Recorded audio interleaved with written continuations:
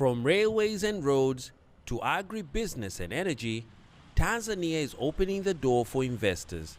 The country is banking on public-private partnerships to drive growth and build a $700 billion economy. Experts say value addition in agricultural business and better rural infrastructure could be game changers. When you talk about PPP and if you get people to invest in agriculture, especially when it comes to agro business, but also in irrigation, I'm telling you, maybe 80% of our issues will be addressed. But secondly, another sector is now the mining.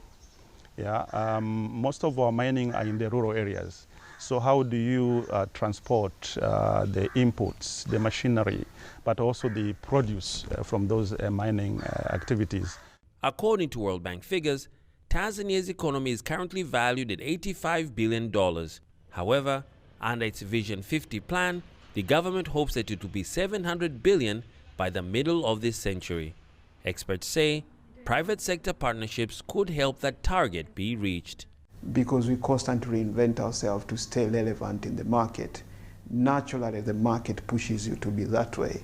So these are the things which we can actually give to the government: speed, accuracy, and scale, to allow the government to be able, as I say, to focus on the core things while partnering on the business side to unlock the economy in such a way that the government now will have an opportunity to actually fix sector that actually direct touches people, health, education, agriculture, whatever they want to do.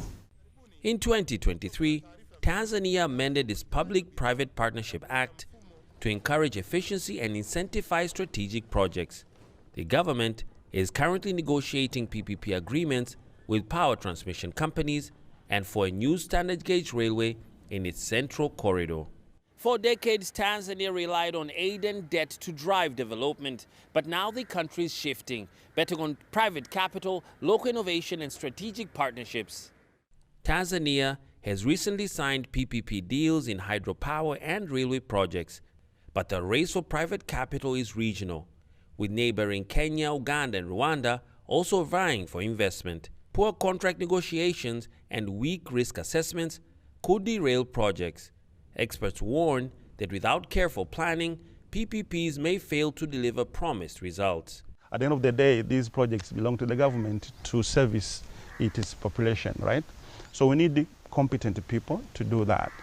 But also we need to have undertaken a very thorough financial and operational risk analysis, to know before the game that what should we anticipate from this project, and then come up with mitigating action and actions to address those issues that we may encounter. Tanzania's $700 billion vision promises to lift millions out of poverty with better schools, hospitals, and modern infrastructure. But in this high-stakes race for private investment, it's not alone. East African economies are all competing for the same capital. Daniel Kijo, CGTN, Dar es Salaam.